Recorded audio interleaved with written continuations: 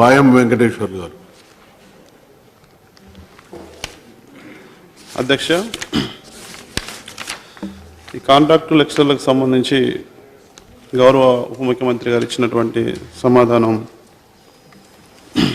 చూసినప్పుడు మన తెలంగాణ రాష్ట్రంలో తెలంగాణ ఉద్యమం నడిపే సందర్భంలో కాంట్రాక్టు లెక్చరర్స్ కూడా పాత్ర మర్చిపోలేనటువంటి పాత్ర. అధ్యక్ష, మరి తెలంగాణ రాష్ట్రంలో చూసినప్పుడు ఈ రోజున 402 ప్రభుత్వ జూనియర్ కాలేజీలలో 3687 మంది కాంట్రాక్ట్ లెక్చరర్స్గా పనిచేస్తున్నారు. అధ్యక్ష, మరి వీరు గత ప్రభుత్వాలు తీసుకున్నటువంటి మరి సరైనటువంటి విధానాలు లేకపోవడం, సరైనటువంటి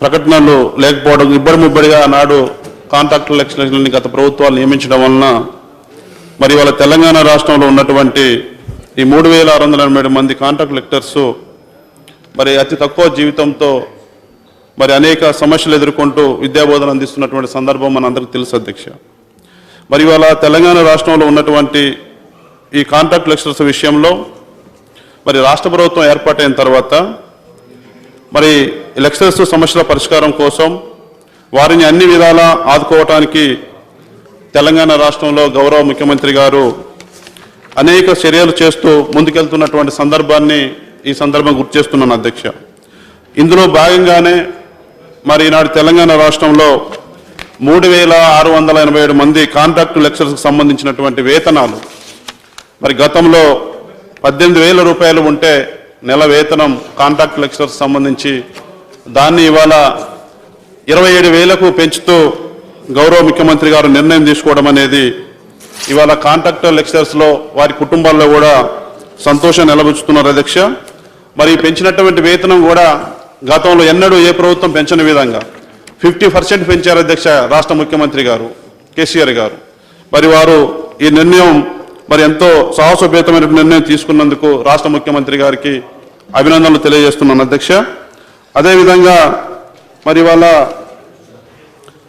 తెలంగాణ రాష్ట్రంలో మరి వాళ్ళ వీటితో పాటు తెలంగాణ రాష్ట్రంలో ఉన్నటువంటి డిగ్రీ కాలేజీల్లో అదేవిధంగా పాలిటెక్నిక్ కాలేజీల్లో కూడా కాంట్రాక్ట్ లెక్చరర్స్ పనిచేస్తూ ఉన్నారు. అధ్యక్ష, వీరికి సంబంధించి కూడా మరి వారి యొక్క వేతనాలు పెంచే ఆలోచన ప్రభుత్వం ఏమైనా చేస్తూ ఉందా, ఎప్పటిలో చేస్తారనేది కూడా నేను సందర్భంగా గౌరవ మంత్రి గారిని తమ ద్వారా నేను అడుగుతా ఉన్నాను. అధ్యక్ష, దాంతోపాటు ఇవాళ వీటితో పాటు మరి ఇవాళ తెలంగాణ రాష్ట్రం ఏర్పాటైన తర్వాత గతంలో ఏ ప్రభుత్వం కూడా చేపట్టిన విధంగా భారతదేశంలోనే మరి ఇవాళ తెలంగాణ రాష్ట్ర ప్రభుత్వం మెరుగైనటువంటి ఎడ్యుకేషన్, పారదర్శకతతో కూడినటువంటి ఎడ్యుకేషన్ అందించడానికి ఇవాళ సన్న బియ్యం ఇచ్చే పథకం మరి ఇవాళ హాస్టళ్లలో అదేవిధంగా హై స్కూళ్ళల్లో మరి ప్రైమరీ స్కూళ్ళల్లో ప్రాథమిక పాఠశాలల్లో ఇవాళ ఏర్పాటు చేయడం వలన మరి ఇవాళ పేద కుటుంబాల్లో ఉన్నటువంటి నిరుపేద విద్యార్థులు సన్న బియ్యం ఇవాళ